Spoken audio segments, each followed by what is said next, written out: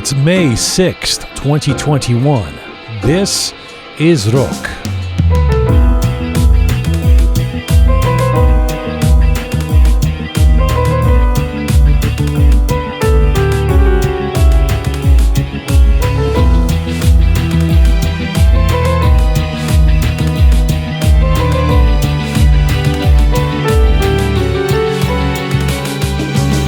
He is an Iranian former engineer and chiropractic doctor who has become a martial arts mentor and is setting his sights on introducing the world to Persian Yoga.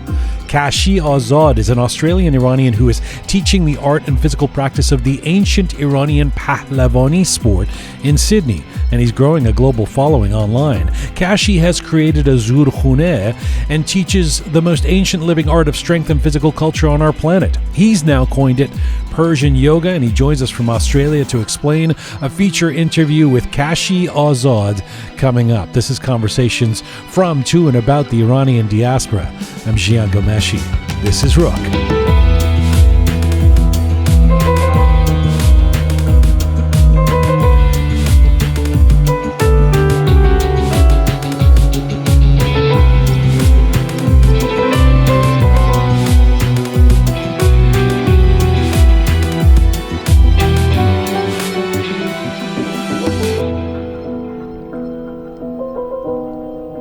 Hi there, welcome to episode number 108 of Roqe. 108 Kian in Farsi. That's 108. Merci. Hope you're keeping well wherever you're tuning in from around the world. Salam دوستان عزیز، امیدوار هستم که خوب و میزون هستین. Okay. So many inside jokes that only people who've listened to 107 episodes before this one will understand what's going on here. We are on an ongoing mission, folks, to build a new audiovisual encyclopedia of Iranian diaspora identity. We're coming to you on SoundCloud, Instagram, YouTube, Spotify, Apple Podcasts, CastBox, and Telegram. We are accumulating followers from around the world. You know what I say to that? Good job, kids. Let that be a lesson to you, bachaha, out there. When you're celebrating something, you say khamas qaranat, the only word that can truly explain what you're feeling. Coming up, Kashi Azad, Khashayar, I guess would be his, what a great name Kashi is, a short form. Although he actually goes by Persian Yoga. That's the name of his site and the name of his Instagram handle. And he's created this kind of a little phenomenon coming out of Australia where he's teaching Pahlavani sport and practicing it. We'll get into what that means and the zoorkhaneh and the tradition of it, and but he's coined it Persian Yoga, which I think is pretty snappy. It's a good way to get people. Do you know what this is? Zoorkhaneh, like that. Yeah, it's that ancient kind Did of you like know manly... before you knew he was coming on the show? And I've heard about it, but I don't know the details and the history of it. I feel like you would get into this. Get into this? Yeah, How? I feel like you'd be into the zoorkhaneh stuff. No, the sport. It's too manly in my view. Well, I try to it's keep the about feminine strength. side as much as you look at me like a boy. That's the. I don't look at you as I look at you as a dear friend, the fabulous Kian. Yes, not just fabulous, the fabulous Kian. Yes. That's your introduction, by the way. Groovy Shaya. Salam. Salam, خوبی؟ قربونت برم. ناز میخوام. ناز گفتم. Hello, Captain Reza. Hello, sir. Oh, let me just say something about Captain Reza. Oh, my what God. now? There's so much to say. I can barely think. Because this place stinks of koobideh right now. For non-Iranians out there, there's some things that may repel you from our homes. The ongoing odor of iqor sabzi, despite how delicious the food is, may for some people be off-putting. But I have never realized how annoying the smell of koobideh can be. Until Captain Reza has apparently got a suitcase full of it in the kitchen here. I mean, I could smell it from the parking lot. I was You guys like, are both jealous because you're both dieting. You can't have any. no one's dieting. We're intermittent fasting. Exactly. I can eat it. There should be a rule Not like if someone's gonna have koobideh, everyone's gonna have koobideh. That's 'cause right. It is atrocious. And oh no! And by the way, and this is we're in the window where I can eat something. Yeah. I saw it there, and then I see Reza and Savvy Roham chowing down on the koobideh. Did they offer it to anybody else? No, of course not. No. And it said like the reason you smell so much of it is there's piles of it. There's just piles of like they bought the store. I mean, I don't know what's going on. Like the other tenants in the building are gonna probably call This is why people have a bad impression of Iranians. This is exactly. It's not geopolitics. It's not the repressive Islamic regime. No. It's that, if an Amazon, say that some friendly Amazon woman is like delivering a package 3 doors down from us, they're going to be like, what is going on in there? Thanks a lot. You gave Roqe Media a really bad name. No, it was a democratic decision. Amongst who? Amongst Who was part of the democracy? Roham suggested it. He was like, "Do you want to get food?" I'm like, "Sure." He's like, "What about Shaya?" I'm like, "Yeah, I'm sure he was." He's like, what about Shai, you're in on this? I haven't had it, but I will have it. Oh, I see. That's why. Okay. And then he asked So me. basically, just me and Keon don't He know. asked me. He was like, "What about Jian?" I'm like, "He's doing the intermittent fasting thing. I don't think he's gonna eat anything." Yeah. So he that was doesn't like, mean we That can't doesn't- eat. But that's exactly what it means. No, it does. No, it's intermittent. It's not ongoing fasting. Without it, I'm know not you're- Gandhi in his final days, dying on a hunger strike. I'm trying to, this is a form of health where we, I mean, Keon and I, Yeah. my sister You Keon know, here. Speaking of qahramans over here, yeah. Yeah. But I don't know. I don't even like koobideh that much. Oh well, that the building that you're in and those around us, those driving by in cars with windows sealed, will disagree. They'll think you do like it because, This boy. guy. Listen, speaking of which, if you like, here's the segue. If you like koobideh, please become a patron of Roqe. For $5 or $10, if you're a regular listener of our program, keep the dream alive. Keep young Keon, keep the shine in her eyes alive. For $1 a day, you can make this child grow. The truth is, we do depend on you guys out there. Go to our website, roqemedia.com, and press on support us. And that's where you can become a patron for $5 a month or $10 a month. We really appreciate it. Hey, in the coming days on Roqe, Rastok is going to be the great Iranian group that's committed to sort of exploring, celebrating, and rehabilitating songs of the different cultures of Iran. So Azeri and Kurdi, for songs from Kurdistan, and Gilaki and Gila. Yeah, all, there's such an interesting group, and so Shai has been pulling different kind of music for me to listen to and get ready for this. And I'm actually very excited to speak to Rastok. I think we're going to have 3 of them, the main members, Siomak and Farzad and Dina, on at the same time. On Monday on our program, Shirin Naseri will make her Roqe debut. A feature interview with her, the broadcaster and dancer, former Manotour personality. Excited to have Shirin on. Mehrdad Isfandi coming up, the production designer at Disney Animation. Dr. Angie Sadiqi will share her story and tell us why she's an advocate of plant-based diets. Keon. So the opposite of koobideh. I think that's, exactly. And also Rana Mansour. Yay. Coming on our program as well in the coming days on Roqe. Hey, tomorrow night on Clubhouse, 8 p.m., tomorrow night being Friday night. If you're listening to this on Friday, it's today. If you're listening to this on Saturday, too late. Tomorrow night, Friday night, 8 p.m. Eastern in Toronto, New York, that time zone. Do Iranians respect the creative class? The creative class being Artists, filmmakers, musicians. Shaya, I think you're going to have some things to say about this. Yes. maybe I be silent all the even I told you before that even right now that I've made a career in music and some people know me, even now sometimes my let's say mom would say that نمیخوای یه کار پیدا کنی. Exactly. Yeah. So we'll discuss that tomorrow night on Clubhouse. If you're around, do join us, Roqe Media, and all of us are at Clubhouse under our names. You can find us there.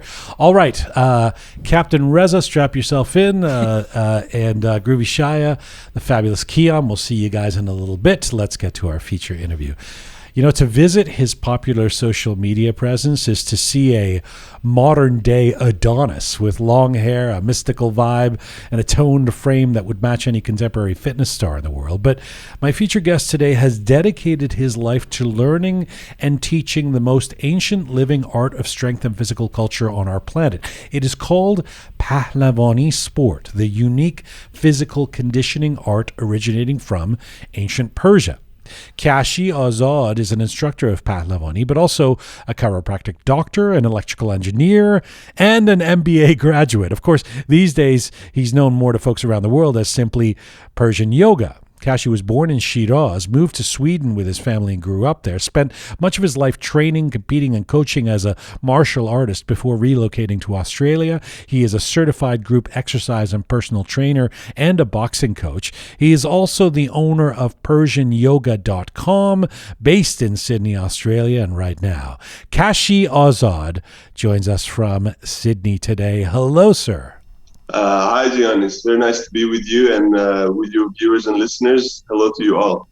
It's a great pleasure. You know, I have to start. Your name is Kashi, but you're quite modest about it. Your Instagram page, your YouTube channel, everything is simply just called Persian Yoga. So do I call you Kashi or do I call you Persian Yoga? Well, yeah, my name is Kashi Azad, and my friends call me Kashi, or in the West where people can't pronounce my name, I had to shorten it. So Kashi is what I go by these days. And yeah, Persian Yoga is my passion. Persian Yoga is my great vision and ambition to share with the whole world. You know, initially when I started that journey, I didn't want to make it about me. I wanted to make it clear that you know, this is not like a cult of me, you know? Right. Well, I mean, I must say, as we start this off, you are, when you were originally pitched for the show, and I looked you up and I thought, this is fascinating. This guy in Australia, fascinating character, a Persian guy who was in Sweden, is now in Australia, is teaching and practicing an ancient form of Persian fitness. Do you marvel at how your life has taken you to Sydney to become this guru of Persian traditions? Well, firstly, I got to say, I don't see myself as a guru, and I don't have those type of beliefs about it. I'm simply sharing what I love, you know, and I really sincerely love this beautiful ancient art, and there's so much to it, you know, and I started the journey with it in 2007, and I'm, you know, every day learning and every day benefiting and growing from this art in many, many ways, not just the physical.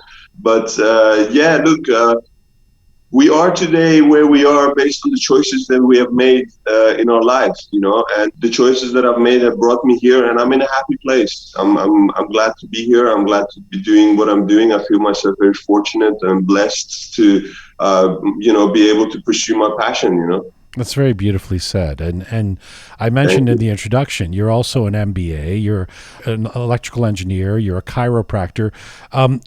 Are you an overachiever, or were you just very indecisive for a few years? I think the second is more true because, like, you know, the reason I went into electrical engineering and the reason I went into business was the wrong reason, and the wrong reason was money. I went into those fields to make money. Money is a numbers game, you know, and numbers never end. So the more you chase money, the more you keep chasing. And it just becomes this race that at the end of it just leaves you burned out with nothing to show for. I mean, it was probably more of a process of elimination and a process of a little bit of trial and error, because that's what life is, you know. We get this opportunity, we make our choices. When we gotta stick with our manifestations, whether they are glorious or tragic, you know, and I'm happy to be in a position to say that I've made some mistakes, I've learned from them, I've grown from them, and I'm in a place where I want to be. Do you think the money piece has something to do with us being Persian? I mean, it's an obvious stereotype we often talk about on this show about Persian parents wanting their kid to become a doctor or engineer. But were you feeling that kind of pressure? Oh, definitely. Yeah, I was pretty much like the stereotypical firstborn Persian son, that I was expected to be a doctor or an engineer. And I'm very rebellious by nature, so I was rebelling against my father, saying that, no, I'm not going to become a doctor. I'm going to become an engineer. You know what I mean? So it's like, I'm not going to go with you. What a rebel. What a rebel. Yeah, I know, right? So, but yeah, at the end of it, I became a doctor anyway. So in the end, you became both. I mean, it's just like and you gave that up, which I think is admirable. Let me come back to your life journey, but try and understand some of the terms that we're using here, because what you do is called Persian Yoga. By the way, very smart branding. Maybe you're not after the dollars right now, but it's as soon as I heard Persian Yoga, I thought, oh, what's Persian Yoga? What are we doing here? It seems to be more about doing what we know as Pahlavani sport, Varzish Pahlavani, in the ways that men used to do it in Iran, and in what is called the zoorkhaneh, the house of strength. Why did you decide to use the term Persian Yoga, or is it something different from Pahlavani? No, it's Pahlavani. I was taught Varzish Pahlavani by great masters of the art, the Morsheds in Iran, like Morshed Hojati, Morshed Panahi, Morshed Mehregan, and to name a few of them, and I owe them so much for teaching me this beautiful art. But Persian Yoga is my business name, and as you said, it's a marketing tool that I use. It's a brand that I'm trying to build to bridge this cultural gap, because early on in my journey, I was referring to it as zoorkhaneh, as Pahlavani, and that kind of really goes over the head of many people, Right. Especially in the West, and that because that's where I live now, and although Australia is in the southeast, and anyway, it's in the West culturally. Sure. Yeah. So it kind of created a barrier, and I think communication and success and integration and breaking down, it's all about breaking down these barriers. And that's why even I changed my name to Kashi, because people couldn't pronounce my name, and the focus becomes trying to pronounce Khashayar rather than trying to get the message that I'm trying to bring to you, So I had to be innovative. And also, to be honest, it wasn't that huge of an innovation, because when you get into the practice and when you understand the physical culture and the arts of Pahlavani, you realize that it is, in essence, it's yoga. And then we got to kind of define what is yoga. And the word for yoga is a Sanskrit word deriving from the word yuj, which means to unify, to yoke, to bring together, Mm-hmm. And Varzish Pahlavani, or the Pahlavani arts, do that magnificently, and they do that with great strength, tremendous strength. Well, I'm glad that first of all, I thank you for the candor. You're using Persian yoga because it's good for branding. It is. It makes sense. So also, you're absolutely right that if you come to Canada and start promoting Pahlavani or zoorkhaneh, most people will just look at you wondering what the hell you're talking about, given that you're in a largely non-Iranian country. For those who don't know, therefore, let's take it one at a time. How do you explain Pahlavani sport? Well, Pahlavani is the art of strength, is the physical practice of ancient Persian knights. Iranian, I should say, it's more correct to say Iranian knights, Iranian warriors, Iranian Pahlavans was a title that it was given to these, magnificent people. It's their art, and it's their curriculum as it's been taught in the zoorkhaneh, which is another word. A lot of people confuse the two. They say Pahlavani and zoorkhaneh. Zoorkhaneh is the place where you practice Pahlavani. Right. Zoorkhaneh is the place. And I mean, I grew up in the West. I had no idea up until literally about 3 years ago what a zoorkhaneh was. And there's one that's opened here in the north of Toronto. So I was shocked. What's a zoorkhaneh? What, you know, my Persian friends who had come from Iran would sort of laugh at it that I didn't know. But how would you describe it? It's basically, it is like a gym, right?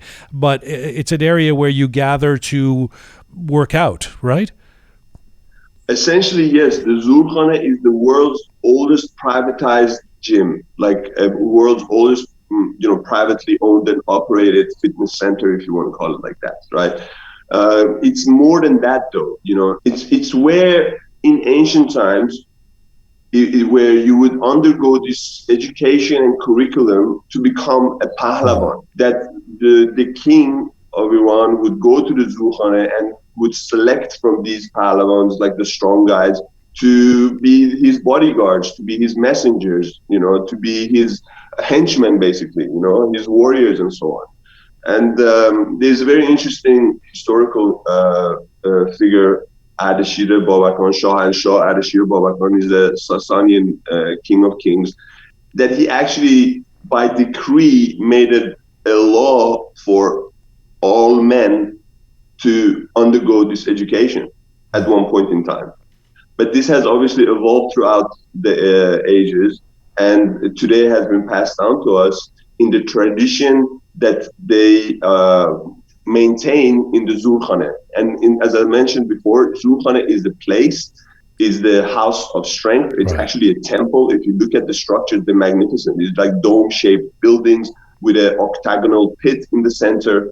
It's like, imagine you're going to like a church or a temple or a mosque and you're praying, but in the zoorkhaneh, you're praying by performing, it's a physical prayer. Right. It's a physical prayer for strength in a way, it's very beautiful. The historical tradition of it is one thing. The fact that it has sustained the way it has is also fascinating. I mean, based on info from UNESCO, Varzish Pahlavani sport is among the world's longest running forms of fitness training. So why do you think Pahlavani traditions have lasted as long as they have? Because it produces results. It works.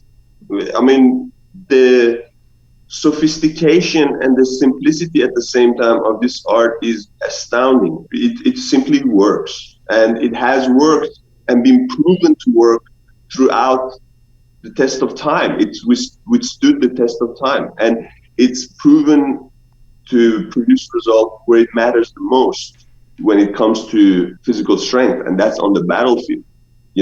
If you consider the history of Iran, we have been, when I say we, I'm talking about Iran, Iran has been invaded time and time again. Yes. But time and time again, the Iranian Pahlavans have ousted the invaders and we regained our independence. And what's very fascinating, and this is probably connected to the Pahlavani culture, but it's more of a Persian or Iranian identity, is that we have maintained our culture pretty much homogeneously throughout this millennia, throughout these, tumultuous invasions.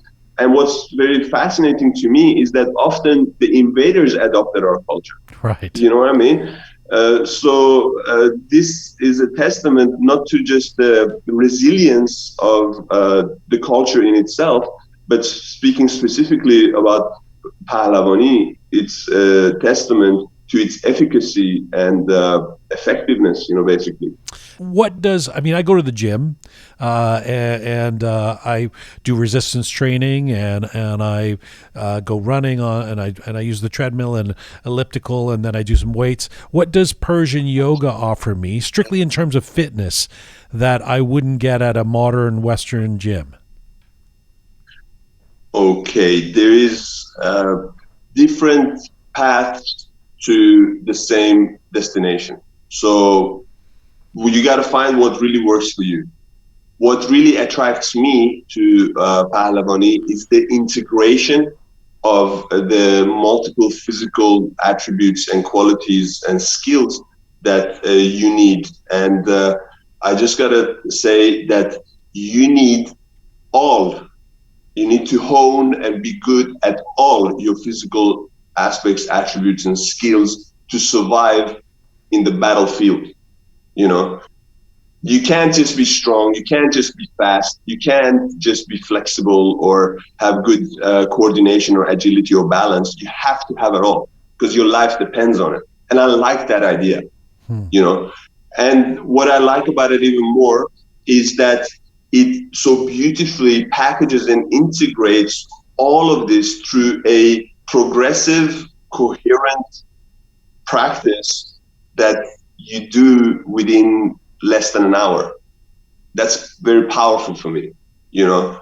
I don't have the time, and I get bored as well, to do chest and biceps on Monday, cardio on Tuesday, stretching or whatever, and serially. That's serial, you know. That's linear. That's very linear. The concept behind the Varzish Pahlavani, or Persian Yoga as I call it, is circular. This is circular. Circular is unified and whole.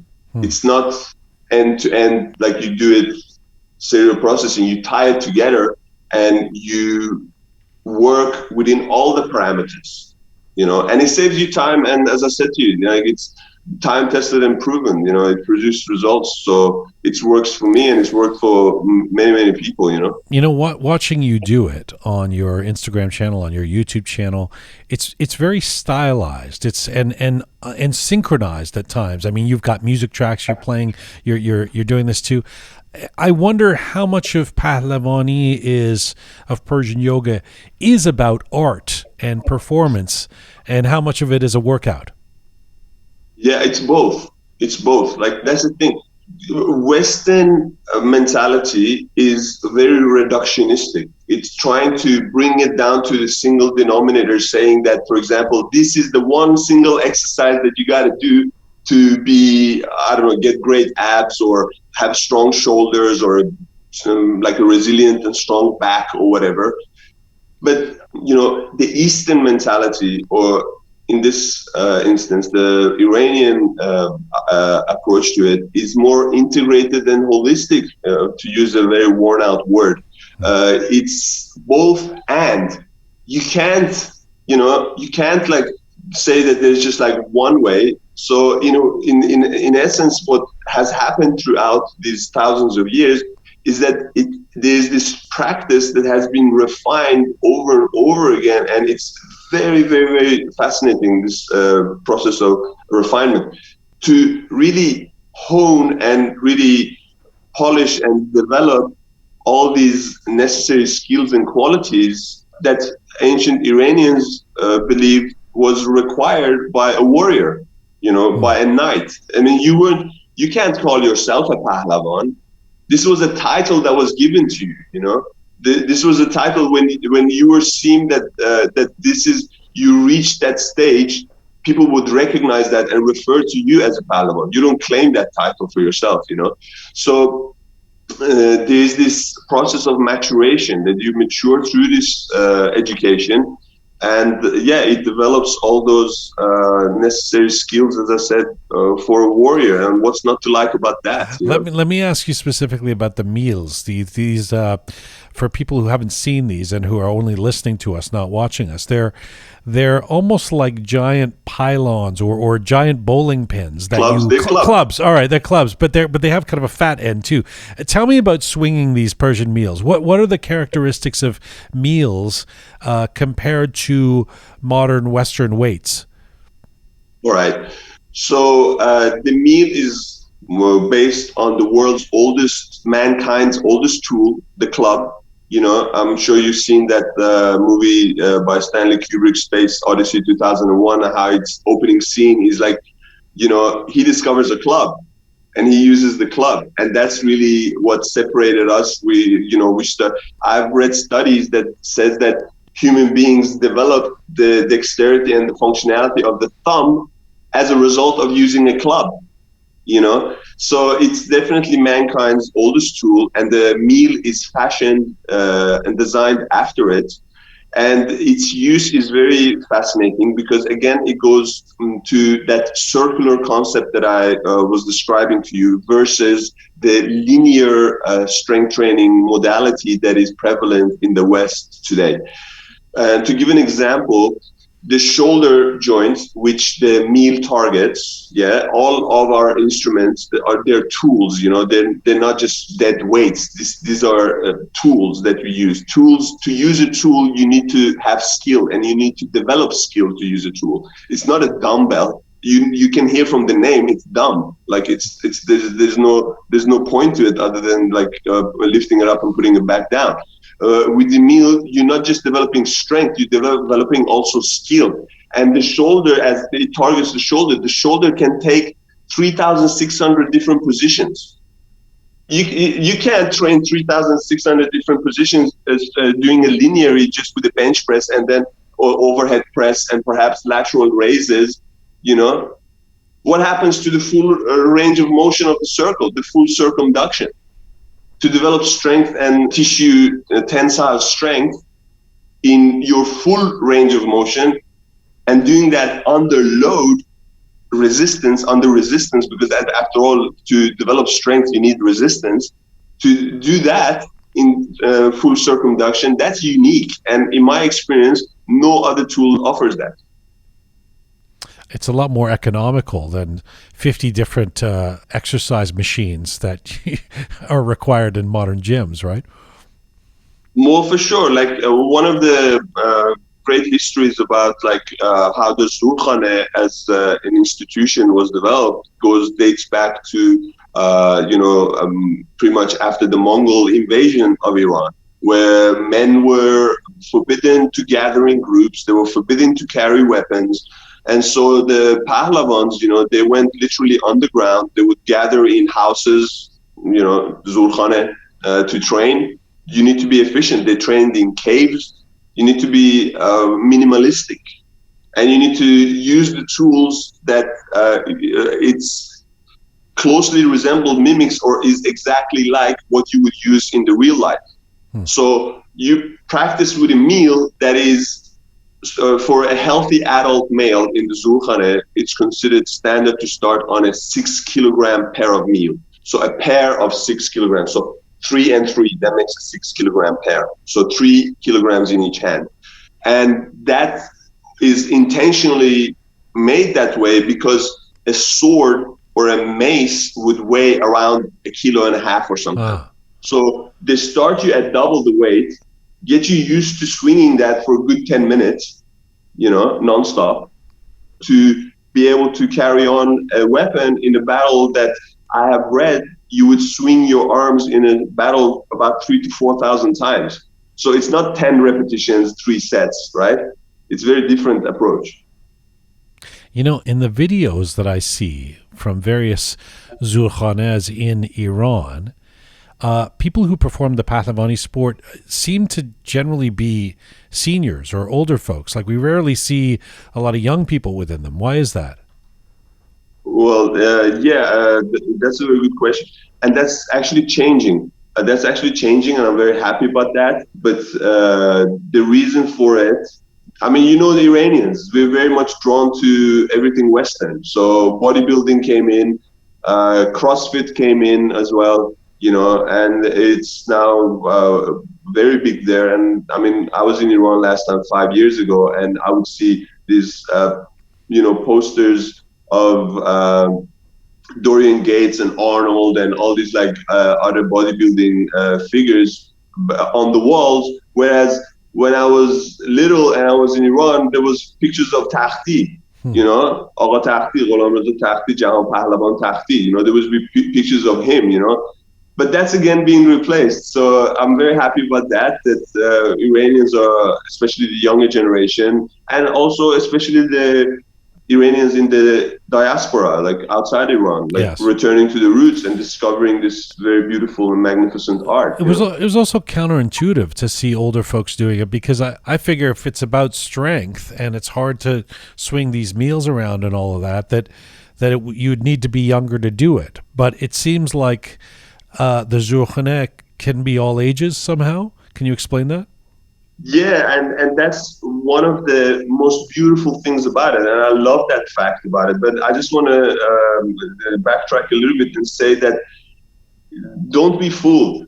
These are old lions, tigers, and wolves that you see, because they've done this like for a long time in their life, and this was my first encounter with the zoorkhaneh. I was a competitive martial artist. I was ranked, I was in my mid-20s. I thought I was super fit, fitter than everyone, and I went to the zoorkhaneh. This is my first encounter, right? I entered the god. God is the octagonal pit that's in the middle of the zoorkhaneh where they practice. And I'm stepping in there in my arrogance, and all these guys that are stepping in there with me were over 40, 50. Some of them were even in their 60s, I'm sure there was a guy in his 70s as well. And I'm thinking, who are these guys? What are they going to teach me?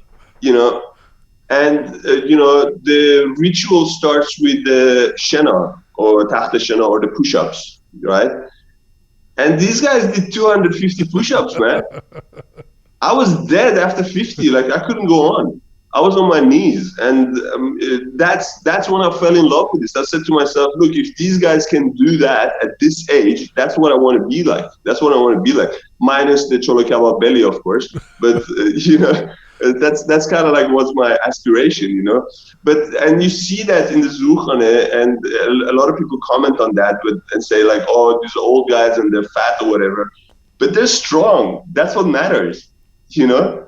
Men are allowed to enter the zoorkhaneh and practice from the age of 7, and in the same circle you will have a boy at 7, a senior at 77, and you can have the world champion wrestler, Olympic gold medalist, all of them training together and all of them benefiting according to their level. I mean, that's magnificent? Like, for me, that's huge.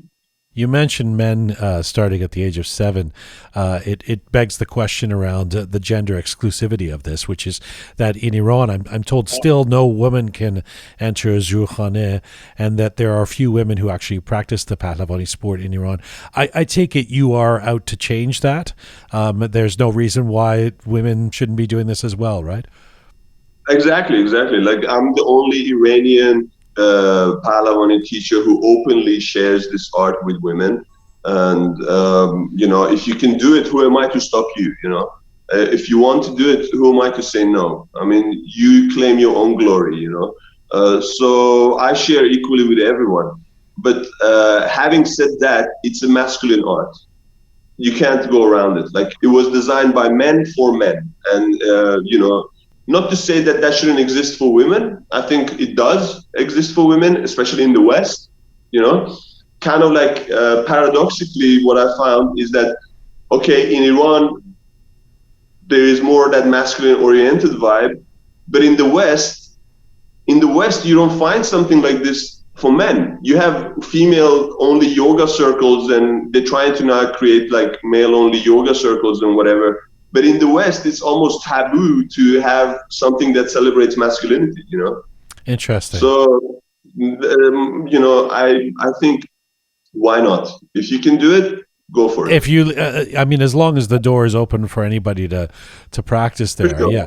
I mean, the whole thing, you'll forgive me for approaching this as like a wide-eyed kid or something, but it's just not something I've done. I've only observed it, even though I've been invited to this one in the north of Toronto, and I'm now really itching to go for sure. But the whole thing, it feels kind of Game of Thrones to me. Like it's very like and when I think about that, I think about this mixture of physical and performative and spiritual qualities. And then I found out that there is a spiritual basis to Varzish Pahlavani, right? So can you explain that? In the Pahlavani culture and philosophy, we don't see a separation between the body and the soul. We don't see a separation and that they are different entities. We see them as the continuity of the same entity being you. You are both body and spirit. Your body is gross spirit, and your spirit is your subtle body. It's energetic. It's your energy body. So you can't strengthen one without the other, because you would be unbalanced and lopsided. And being a warrior, it's being a knight, it's all about balancing on a razor's edge. You know, you have to be honed and fine-tuned in both those domains, the spiritual being and the physical being. You know, yoga that isn't Persian yoga is a lot about spirituality, so it only makes sense that this would be as well. Kashi, what are I've noticed there's a singer that's reciting verses during the practice of the workout. What is that? What are the verses? Yeah, that's the Morshed. Morshed is basically the guide. You know, this whole guru thing is very Indian. You know, Iranian is more about the Morshed or the guide. The difference is the guru. Morshed isn't like, quote unquote, the master. He's not like the perfect person. Right. You know, he's someone that's been there, done that, and he's trying to show you the ropes so you don't make the same mistakes. He's a guide. He's going to point out the direction to you, but you're on your own journey, you know. So he does that in the zoorkhaneh by reciting poetry. It can be religious text. It can be just songs, folkloric songs or whatever. And it is a very long tradition and a very long history behind that. There have been renowned morsheds that have kind of like expounded their own teachings and philosophies. And there's a lot of them that just use the rich resource of Persian and Iranian mystical poets such as Rumi and Hafiz and Sadi and Ferdowsi, of course, and a lot of others, you know, that they draw inspiration from.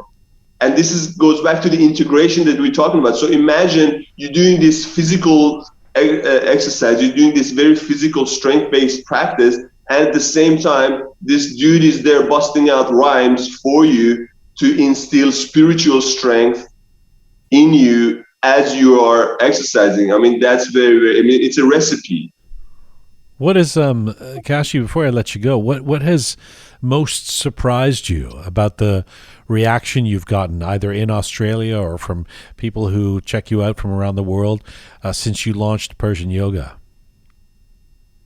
Well, it's been mixed, you know, it's been a mixed bag. I get people that are, I mean, those people are growing in numbers that are supportive, and that, you know, they tell me that, yeah, you right on, keep doing what you're doing, whatever.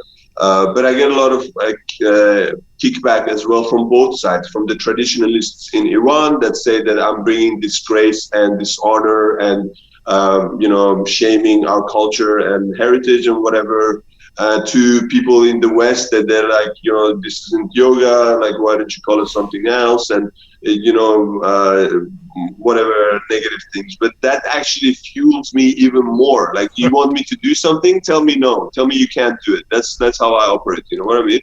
So why would they say you're shaming it? Because I share this with women. Because I share this with Westerners. But here's the most surprising thing to me. It's that authentic people, genuine people appreciate and see the value in this art, not only in what I'm trying to do, but in this art. They connect with it through their own authenticity.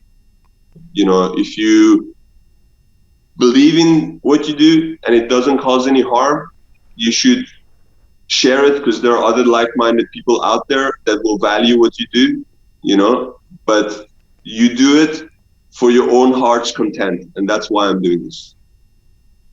It's really interesting, man. Like the intent of this show has been and continues to be finding this connective tissue that we all have, those of us of Iranian descent, no matter where we are, no matter who we are, no matter what age we are, no matter what gender or sex we are, no matter what our occupation is, somewhere in the world. And it warms my heart that there's this guy in Sydney, Australia, who is practicing and preaching and teaching this ancient Persian art form and finding success doing it. So thank you for that, and thank you for the conversation. Thank you too. I really enjoyed that conversation. I really hope to meet you in person. That would be wonderful. And wish you all the best in what you do as well. Thank you for shining a little light on what I do, and keep shining your light on other people that will contribute to this connective tissue, as you called it. I like that term. So thank you for those of you who listened and watched this as well. And as we say in zoorkhaneh, khasta nabashid, and be tireless with what you do. Khasta nabashid. Merci. Khudafis. Khudafis. Bye-bye. Kashi Azad. He's the owner of PersianYoga.com and a popular social media instructor of the ancient fitness art of Pahlavani sport. We reached Kashi in Sydney, Australia today.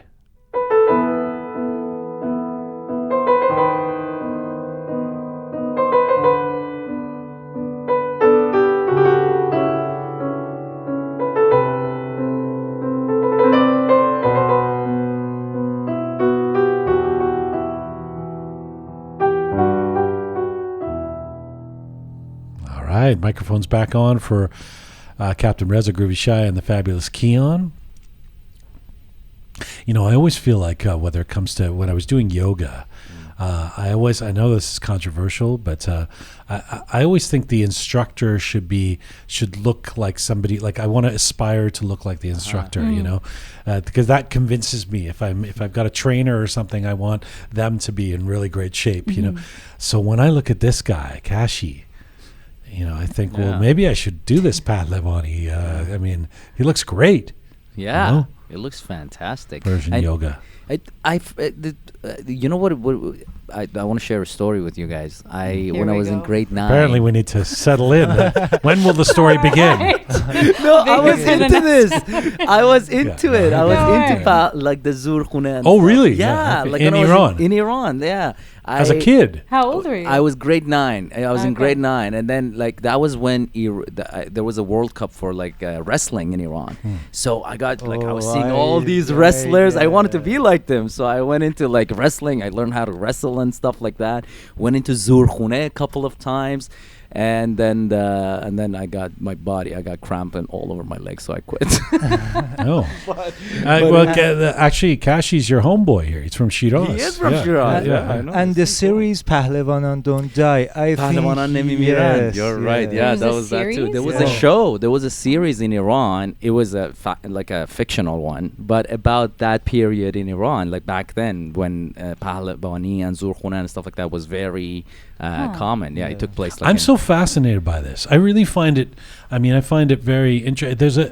I mentioned that there's a place in Richmond Hill in north of Toronto, and I should give them a shout out because I didn't do it during the interview. I mentioned it to Kashi, but I didn't say. It's called Zoorkhaneh Sarv. I think that's how you say it. Zoorkhaneh Sarv. They have an Instagram handle that is that. It's Zoorkhaneh _Sarv. It's a guy I know, Morteza Zohrabi and Dr. Sanoz Ghazi.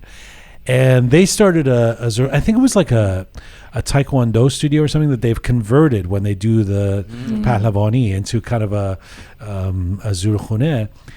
But you know what they told me is 60% of the people participating in this zoorkhaneh are women. No way. Yeah, it's predominantly female. I think partly because one of the founders is a female, Dr. Khazi. Interesting. But so because I always thought of it as a very masculine thing to do, and you know, of course, that's what Kashi was saying. So I'm surprised. But I mean, they also I think Morteza makes the meals in different weights, sizes? You know, so there's for beginners or for somebody who doesn't want to lift too much. Yeah, but absolutely. And I loved the part where Kashi was talking about the older guys. The older men, even with the kabob belly, you know, and he's like, this guy's not strong, and then it turns out the guys can do 200 push-ups. And it's so interesting because we think of where I went in my brain.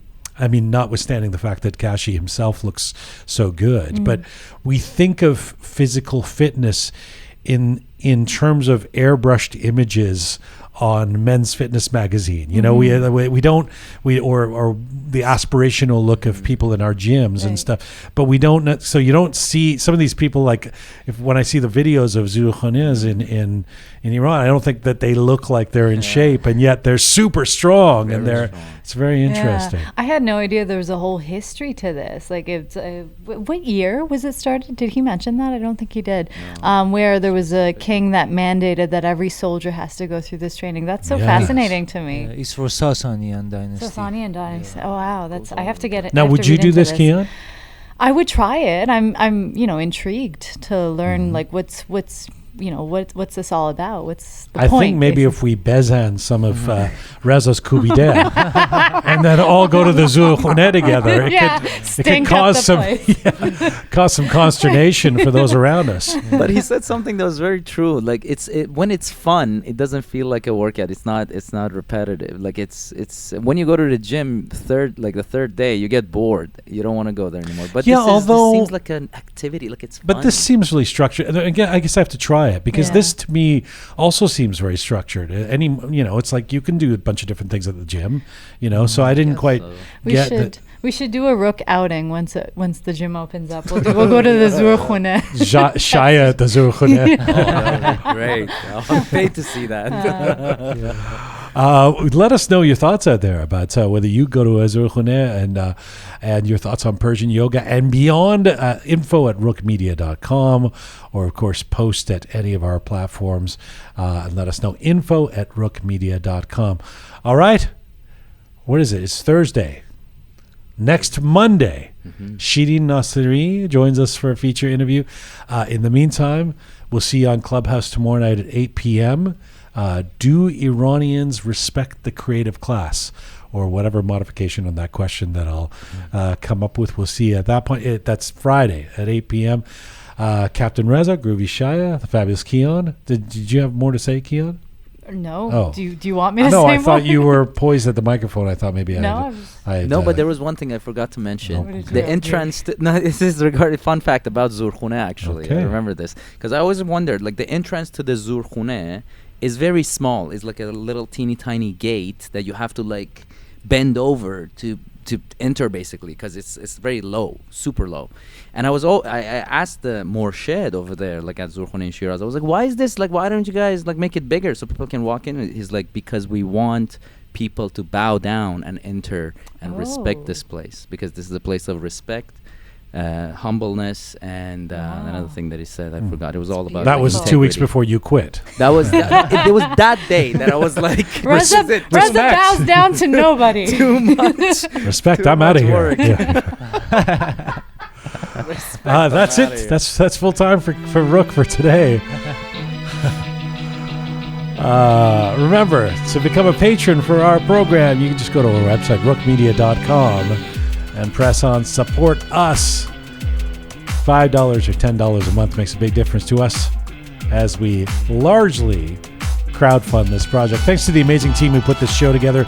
Producer Susan Ponce, the artist Thoughtful Negin, the fabulous Kian, Savvy Roham, Aghay Mehrdad, Master Muhammad, Captain Reza, and Groovy Shaya.